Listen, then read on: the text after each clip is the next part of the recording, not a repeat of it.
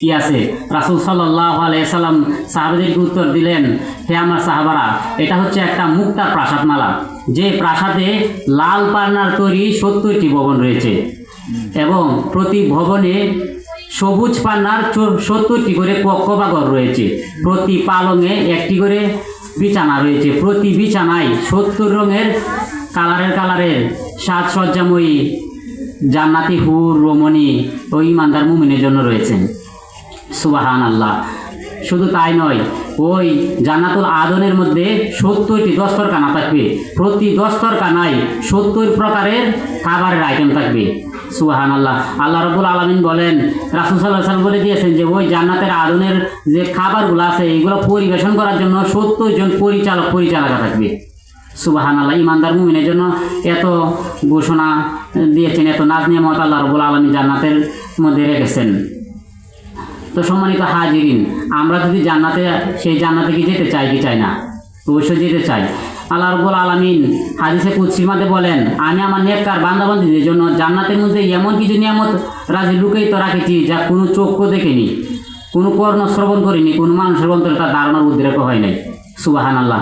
আল্লাহ রাব্বুল আলামিন জান্নাতের মধ্যে নেককার বান্দাবান্দীদের জন্য, ইমানদার মুমিনের জন্য এমন নিয়ামত রাখছে যা কোনো চক্ষু কোনোদিন দেখে নাই, যা কোনো কর্ণ কোনোদিন শ্রবণ করে নাই যে এমন হতে পারে, কোনো মানুষের অন্তত ধারণাও হয়েছে না যে এমন হতে পারে। এমন নিয়ামত আল্লাহ রাব্বুল আলামিন ইমানদার মুমিনের জন্য জান্নাতের মধ্যে রাখছেন। তো আমরা সেই জান্নাতে যেতে চাই কি চাই না? অবশ্যই আমরা যেতে চাই। আমরা যদি জান্নাতে যেতে চাই, অবশ্যই আমাদেরকে মুমিন হতে হবে। আর মুমিন হতে হলে আমাদের কী করতে হবে? রাসূলুল্লাহ সাল্লাল্লাহু আলাইহি সাল্লামের আদর্শ মোতাবেক আমাদেরকে জীবনটাকে পরিচালনা করতে হবে।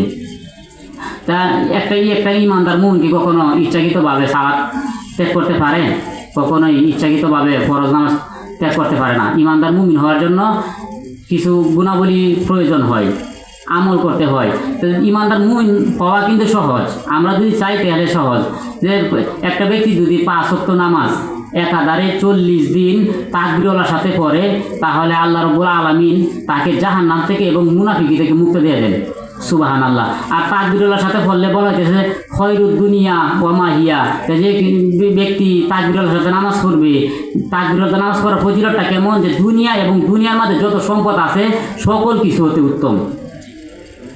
সুবহানাল্লাহ। আল্লাহ রাব্বুল আলামিন জান্নাতের মধ্যে এত নিয়ামত রাখছেন ইমানদার মুমিনের জন্য। ইমানদার মুমিন যদি জান্নাত পেতে চাই, অবশ্যই তাকে জান্নাত পাওয়ার জন্য কিছু কাজ করতে হবে। ইমানদার মুমিন হওয়ার কয়েকটা মাধ্যম আছে।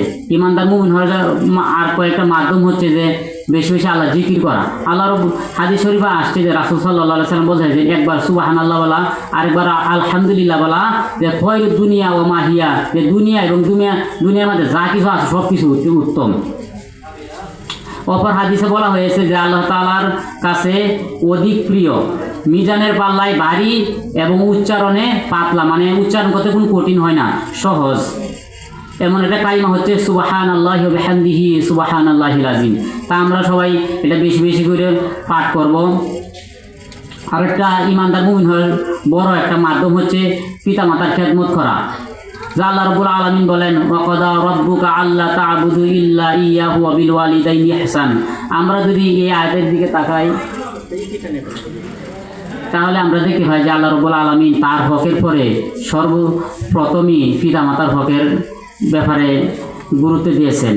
এবং রাসূল সাল্লাল্লাহু আলাইহি সাল্লাম বলছেন যে পিতামাতার পায় নিজের সন্তানের বেহেশত। অপর হাদিসে বলেছেন যে পিতামাতাই সন্তানের জন্য জান্নাত, পিতামাতাই সন্তানের জাহান্নাম। যে পিতামাতাই সন্তানের জন্য জান্নাত আর পিতামাতাই সন্তানের জন্য জাহান্নাম কীভাবে? যে রাসূল সাল্লাল্লাহু আলাইহি সাল্লাম বললেন, কোনো সন্তান যদি তার পিতামাতার অবাধ্যতা করে, নাফরমানি করে, তো এই পিতামাতাই তার জন্য জাহান্নাম। আর কোনো সন্তান যদি তার পিতামাতাকে সন্তুষ্ট করে, তার সেবা যত্ন করে, তা তার জন্য জান্নাত। রাসূল সাল্লাল্লাহু আলাইহি সাল্লাম আরও বলেছেন যে কোনো সন্তান যদি তার পিতামাতার সেবা যত্ন করার পর সে সহানুভূতি এবং মহব্বতের দৃষ্টিতে তার পিতামাতার দিকে যতবার তাকাবে ততবার তার আমলনামে একটি কবুল হওয়া যে সব লিখে দেওয়া হবে।